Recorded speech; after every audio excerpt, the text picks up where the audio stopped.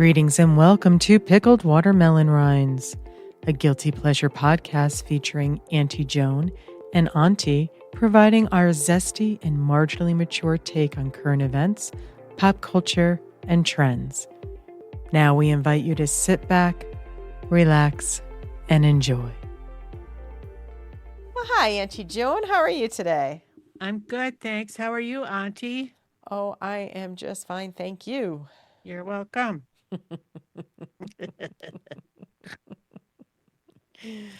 What up? Oh, goodness. Let's see. A little tired today, actually. Just got back from a fun-filled trip to South Carolina to visit Hasty. We had a packed several days together, and it was good to catch up, and it was good to tool around the area that she lives in, around Simpsonville and Greenville and Greer and Fountain Inn. Fountain Inn is actually the name of a town in South Carolina. And trying different restaurants, things that she's been to before, couple that she hadn't been to before. And the piece de resistance was that we dressed up as Mrs. Roper for Halloween. You guys looked so cute. Why, thank you, Auntie Joan. I just grinned from ear to ear when I saw your picture. I knew Hasty was going to also dress up as Mrs. Roper. What I didn't know until I got there was that she bought the exact same muumuu as I had and the exact same color jewelry that I had. So it was very funny to see that. I got a good chuckle out of that myself. Yes, and we went to Fountain Inn. We went to the Fair House, which is a bar. Mm-hmm. You should have a contest. Who wore it better? No, we both wore it just fine. You did. But yes, we went to the Fair House, which is a cool place. It's got some historical significance. But the best part was when Rob Zombie's song Dragula came on, and I proceeded to sit there and sing it and chair dance to it. And Hasty did record me doing that. Did I send that to you? No. Oh, I will do that. I will send that to you so you get to see me being silly. Was it a chair dance like from, oh, don't tell me, Flashdance? Not quite. No. Not quite.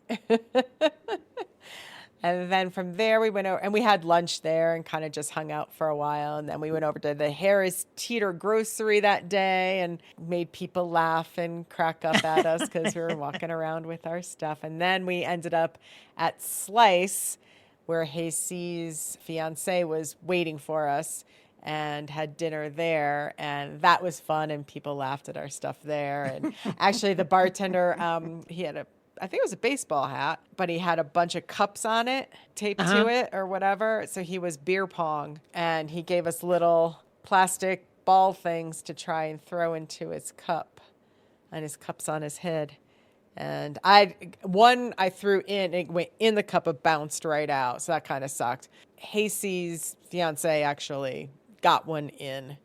You didn't win anything. It was just silly fun. I kept telling the bartender, please wear sunglasses, put something over your eyes. Somebody's going to take your eye out. He's like, nah, I'm fine. I'm like, yeah, just some good, silly fun there. They should have given you guys a free drink with your costumes. No, we didn't get nothing free from nobody. Nobody bought us a drink either. That was kind of sad. Yeah. Yeah.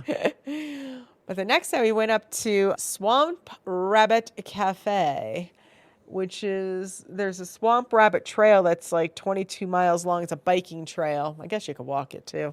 This is a cafe that's along the trail. It's really nice. Little grocery store, and then they've got like takeaway food items that you can get. But the best thing they had there was this stuff called Stecca bread. Stecca bread. Oh my God, it was so good. It's one of those no-knead breads. And so it had a nice crunchy outside, real soft inside. And they had salt on the outside. Not a ton, but just to make, oh my God, it was quite delicious. And I ended up getting a sandwich to go. We had already had lunch, but I got a sandwich to go because we were staying in for dinner that night. Hasty and I ended up splitting that sandwich. It was also on the Stecca bread, which I didn't know. So that was a nice Oh, surprise. yeah. Yeah.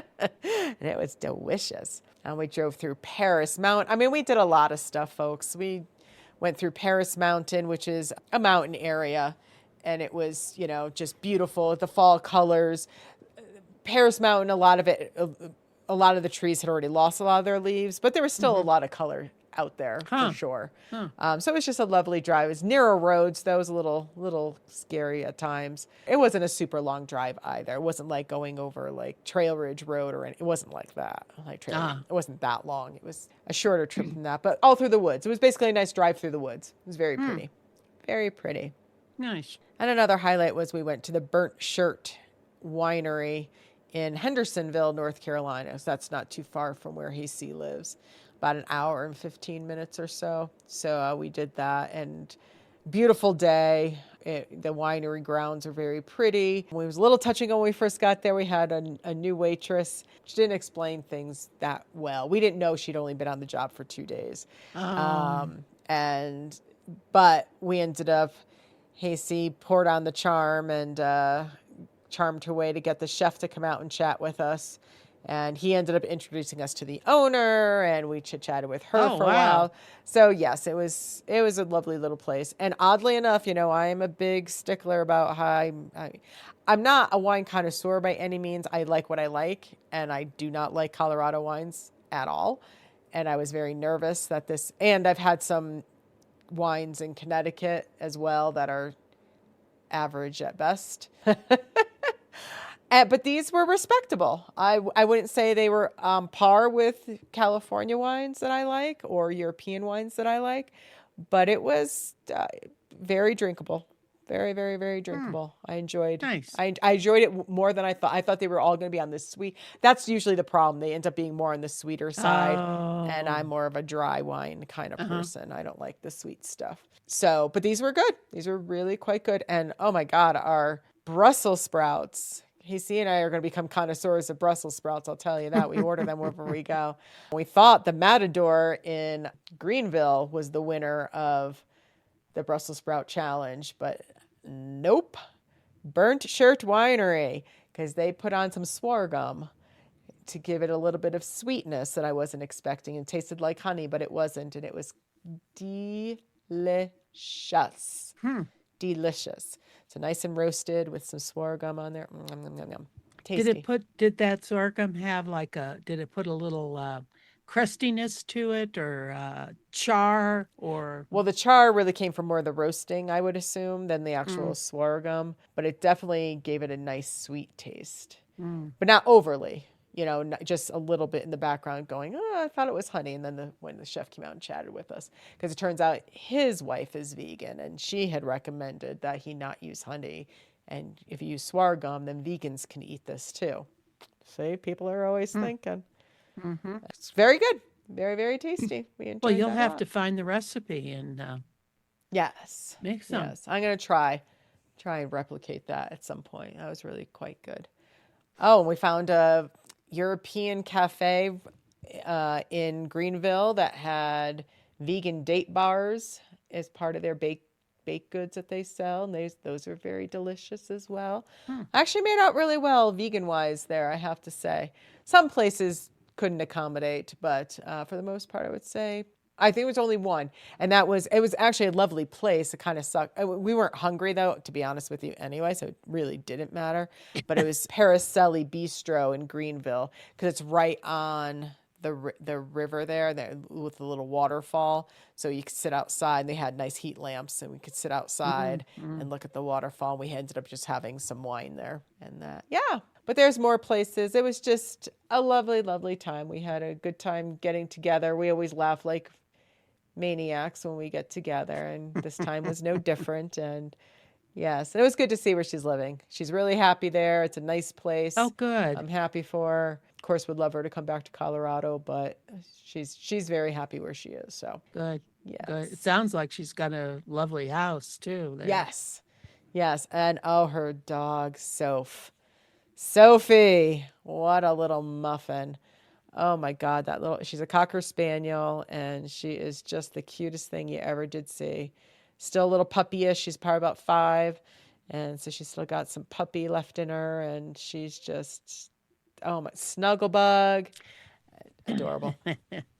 Yeah, you sent me a picture of her, and I did not tell Killian that you were sleeping around with somebody else. I So know. I told Astro, I don't show this to Killian, but you get to didn't see. want to hurt his feelings.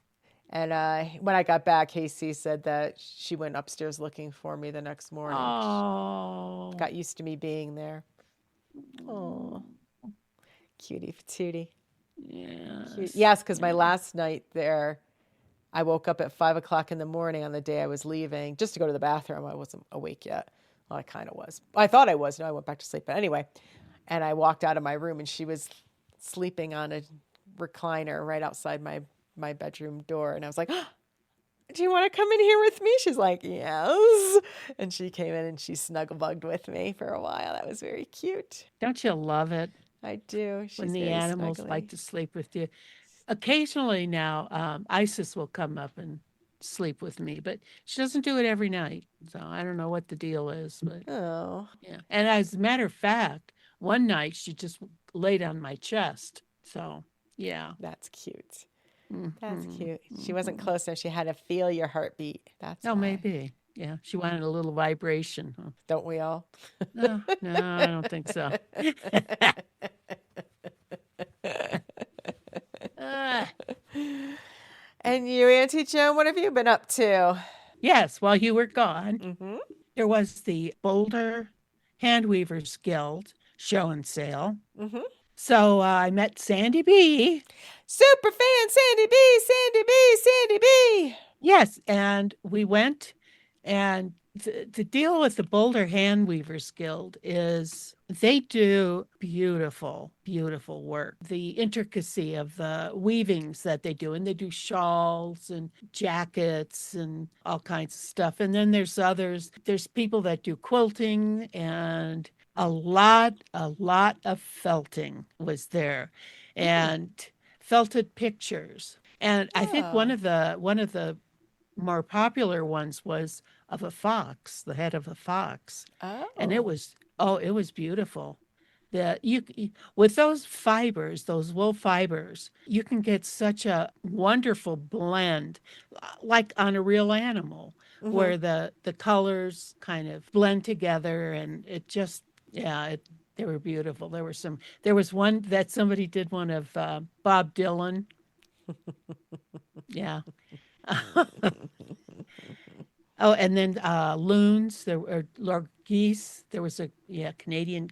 I don't know, but anyway, they had some beautiful, beautiful stuff there. And I mean, if you're in the Boulder, Longmont, Front Range area, it's a good place to go to get special Christmas gifts because they have like hand knitted hats and mittens and just whatever you can think of. Maybe I So should put a link out there and you is can it every see. weekend or is it? No, it's just this time, just last weekend they had it. Oh. And they do it every year. They do it every year. And this was at the Boulder County Fairgrounds in the main building. And then behind that was the East Boulder County Artists Autumn Artist Market.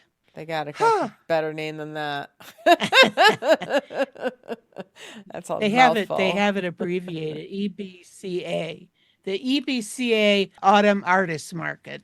And so I think there were maybe 30-ish artists in the East Boulder County area. There was some ceramics and pottery and painting, jewelry, a lot of jewelry. I'm kind of now into ceramics and pottery, uh, so I kind of got hooked on some of that. There was this one lady there, and as a matter of fact, I signed up for a workshop because Sandy B's going to it. And I Oh. said, well, yeah, I'll go too. And it's what it is it's a little, it's supposed to be like a ornament, but it's like 6 or 8 discs, different colors, and they're strung up. You know, they're on a string. Almost looks like a wind chime or something, Oh. but it should be relatively simple to do. But the booth that she had there, oh, she does some really cute whimsical Mm-hmm. animals, and there's like the head, and then there's like the body is a bell, and Mm. then the skinny little legs out from underneath, and they're just really really cute. And then she does hand built mugs too, and she'll scribe in and do animal portraits on it. I mean, very whimsical, basic animal portraits, Fun. but they're really cute. Yeah. Yeah, that was fun to see that. So that was a good time. Good time. Well, nice. I didn't buy anything. I did, however, sign up for that workshop. Mm-hmm. But Mm-hmm. yeah. Oh, and then there was another ceramic pottery person there who had garden totems. Mm-hmm. So I was kind of looking at those and the ones she did. They're much taller than the one I did, but she charged a heck of a lot more too. So anyway, yeah, yeah. This weekend is the Boulder Potters Guild Mm-hmm. show and sale coming up at the Boulder Fairgrounds. So I just might have to mosey on over there and see what people are doing these days. Gotcha. Is that the link that you sent me for the piece of pottery that I won in the auction? No, she is going to be at, there's another show, the one I sent you, the Boulder Mountain Artist Association or something, and they're doing a show sale at the Elks Club building this weekend. Mm. And that's where I saw her name. She's participating. Was that the vase that you got? Mine's Or, all gray, but yes. Otherwise, yes. yeah, yeah. Mm-hmm. So she must have made a few of them, but Yeah. I think that you did well. Yes, I think I Yeah, did. yeah. So hopefully after this, I'll be done because I'm not going to have the money anymore to spend on stuff like this. So, Hmm.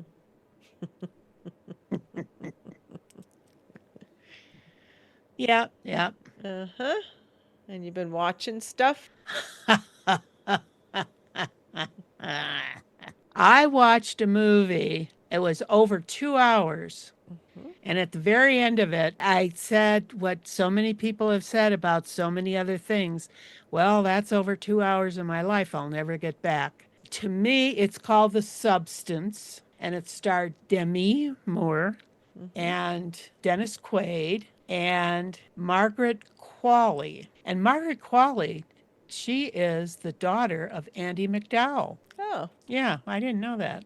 Although she did look familiar. I don't know where it's at. So the substance is about a woman who had been at one point a famous movie star. She got her star on the Hollywood Walk of Fame and all that. And then over the years, her fame kind of subsides. She ends up doing an exercise show, an aerobics show on some TV station. And there's talk about letting her go because she's getting too old. So somehow she gets a hold of this, I guess it was a USB drive, and she plugged it in to her computer, and it was about the substance.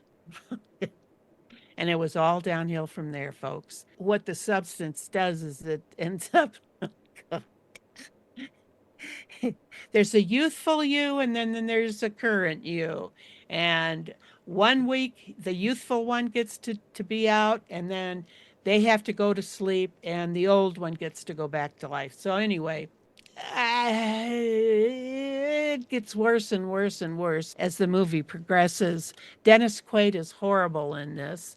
I used to really like Dennis Quaid, but yeah, the character, he was too over the top with it. But let me tell you something about this movie, which Mm-hmm. surprised me and probably is one reason I even started to watch it. The Substance premiered at the 77th Cannes Film Festival in 2024, where it was nominated for the Palme d'Or, and the director, writer, and producer, Coralie Vergate, won Best Screenplay. The film was released in the UK and United States in September of 2024 to critical acclaim and particular praise for the special effects and Moore's performance. That in itself makes me wonder if I'm really out of touch with the world because I thought it was horrible. I, Yeah. I only lasted 15 minutes. When Auntie Joan told me she had watched it, I said, "Oh, I'll watch it." She told me, yesterday, and I said, "Oh, I'll watch it tonight." And I put it on. I almost forgot, but then I was like, "Oh, I got to watch that." Okay. So I turned it on, and the cinematography I thought was awful. They were absolutely going for some artsy fartsy something, and that I clearly do not have an eye for. I thought it was just atrocious. The long lens they were using so that Demi was Mhm. throwing up, and they were all, but the shot was from down a long hallway at her at the very end of it Oh, yeah, yeah, vomiting, and yeah, I'm just yeah. like, what the.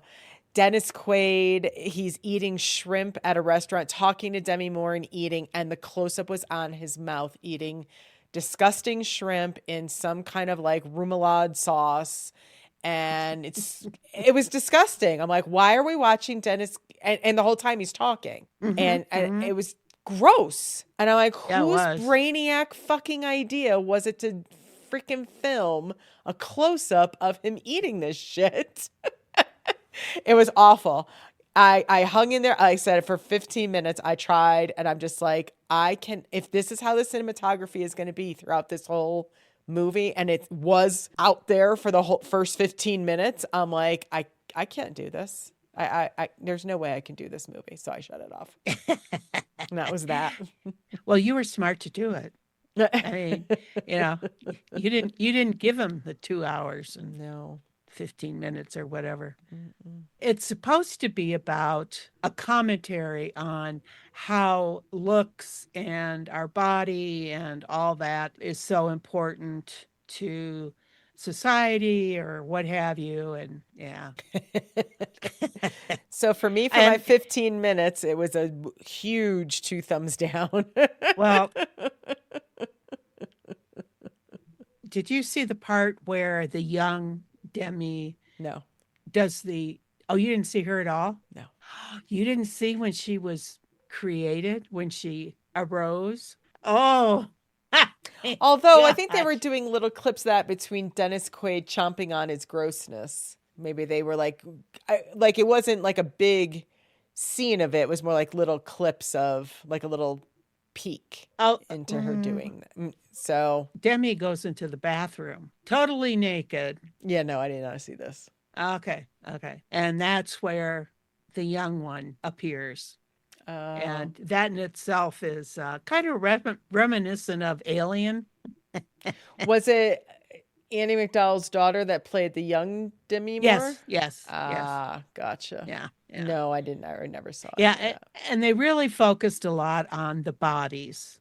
I mean, there Hmm. was quite a bit of full nudity in it, but I mean, after a while, you just get desensitized and a lot of focus on the young one's body and being young and being attractive and all how important that all is for them. And but she was auditioning when the young Demi was audition Sue, that was her name. Mm. When Sue auditions for Demi's job as the new young, we're going to liven it up thing.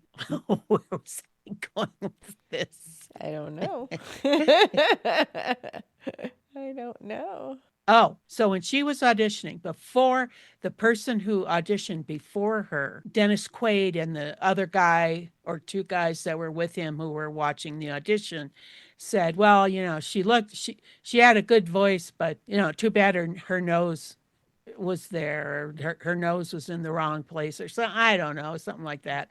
And at the end of the movie, that all kind of comes into play with how much the Demi Moore, young Demi Moore character turns out. Hmm. And the very last, like 5 minutes, I mean, that's when I thought, if it would have been a dream sequence, if they would have made it into a dream sequence, I could say, oh, okay, that makes it tolerable. I can handle that. But it wasn't even a dream sequence. They just ended it in such a disgusting, weird, sophomoric way. It was Yikes. just, yeah. Yikes. Oh well. Yikes. But it gave Demi a job for a while, so It did. It yeah. did. And Yes. she won says Moore's performance won her a Golden Globe Award, Critics' Choice Award, and Screen Actors Guild. And she was also nominated for an Academy Award. Yeah, I didn't. In the 15 minutes I saw, I did not find her acting at a level that would be deserving of any award. Yeah, so if you're out there and you just you got like 2.5 hours, you got nothing better to do, and you really want to get in a piss poor mood and wonder, what the hell are you doing? I would suggest watching this Substance. Ah, Uh-huh. Uh-huh. Yeah, I used to really like Dennis Quaid too. This movie definitely, again, I only saw him for a very little bit on screen but it was gross what I saw, and yeah, no. yeah, No. yeah, that whole character was disgusting. Great. I liked him in Something to Talk About with Julia Roberts. And I liked him in Postcards from the Edge with Meryl Streep. I liked him in the Bonnie Raitt video. Oh, well, yeah, that's the best. Are Oh, you ready for the thing yeah, called yeah, love? yeah, Yes, and yeah, he's singing yeah. in the front. His smile was my favorite. Uh-huh, My uh-huh. favorite. He has such a great smile. Yeah, yeah. I think I almost fell in love with him Mm-hmm. watching that video. Mm-hmm. He's beautiful. There's another video back, in the 80s. Like, yeah, it would have been in the 80s with Gloria Estefan. Mm-hmm. Anything for you. Mm-hmm. Anything for you.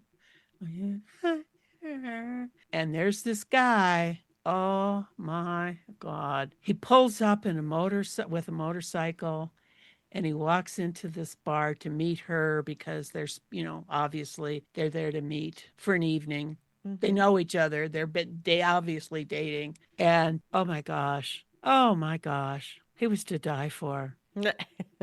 Honest to God. You know what? I'm going to be completely transparent here. Okay.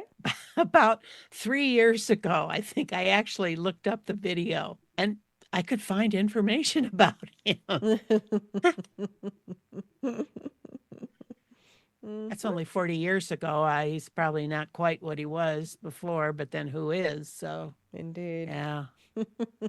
But oh my gosh. Ah. They just don't make them like they used to. I guess. I mean, Timothy Chalamet, he's just a little wimp. I like a man. There you go. Uh-huh. Oh, did you ever watch the Ed Gaines thing? No, I started to, and I thought, no, it's too much for me. Yeah, I think agree. I don't think I could watch yeah. it. I mean, Charlie would be the reason I would want to watch it, but he's not Charlie in that, so I don't want to watch him be Yeah, who plays that? Charlie Hunnam. That's right. That's right. That's my Charlie from Sons of Yeah. Anarchy.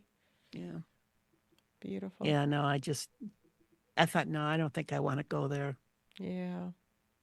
Understood. But I do remember when it was happening, Mm-hmm. and my cousin and I our families had rented a cottage together, Mm-hmm. and I remember we shared a bed, she and I, my cousin Kathy, and she's the one who told me about Ed Gain and how he made like lampshades from people's skin and stuff. Where it happened wasn't that far from where we were staying. Mm-hmm.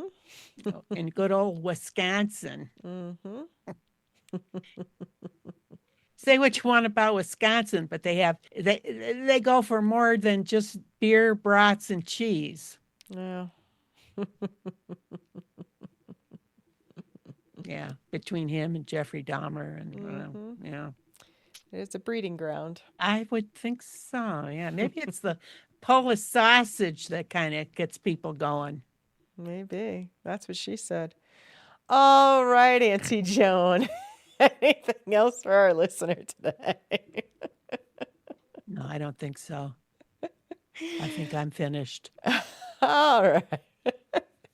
That wraps it for yet another wonderful Pickled Watermelon Rinds episode. This is Auntie signing off. And Antie Joan saying bye-bye now.